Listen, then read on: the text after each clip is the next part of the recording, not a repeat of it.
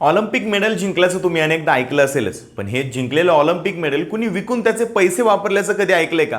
पोलंडची भालाफेकपटू Maria आंद्रेचिक हिने Tokyo ऑलिम्पिकमध्ये रौप्य पदक जिंकलं. ते पदक म्हणजे वर्षानुवर्षांची मेहनत, जखमा, संघर्ष, वेदना आणि कधी न हार मानण्याची ताकद आहे. हे काही वेगळं सांगायला नको.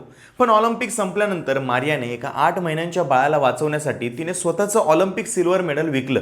या बाळाला तातडीनं हृदय शस्त्रक्रियेची गरज होती. खर्च प्रचंड होता आणि वेळ फारच कमी. तेव्हा मारियाने असा निर्णय घेतला जो खेळाच्या पलीकडचा होता. तिने त्या बाळाचा जीव वाचवण्यासाठी पदक लिलावात विकलं.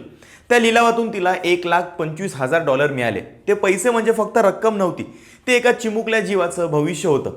आणि या सगळ्यात सुंदर भाग म्हणजे ज्या कंपनीने ते मेडल विकत घेतलं त्या कंपनीने संपूर्ण सर्जरीचा खर्च स्वतःच केला आणि नंतर ते मेडल परत मारियाला सन्मानाने दिलं. कारण काही गोष्टी मालकीच्या नसतात, त्या जपायच्या असतात. मेडल जिंकलं की तुम्ही चॅम्पियन होता, पण एखादं आयुष्य वाचवलं तर तुम्ही माणूस म्हणून जिंकता, हे मारिया आंद्रेचिकनं दाखवून दिलं. तुम्हाला तिचा हा निर्णय कसा वाटला कमेंट करून नक्की सांगा आणि अशाच माहितीसाठी फॉलो करा लगाव बत्ती.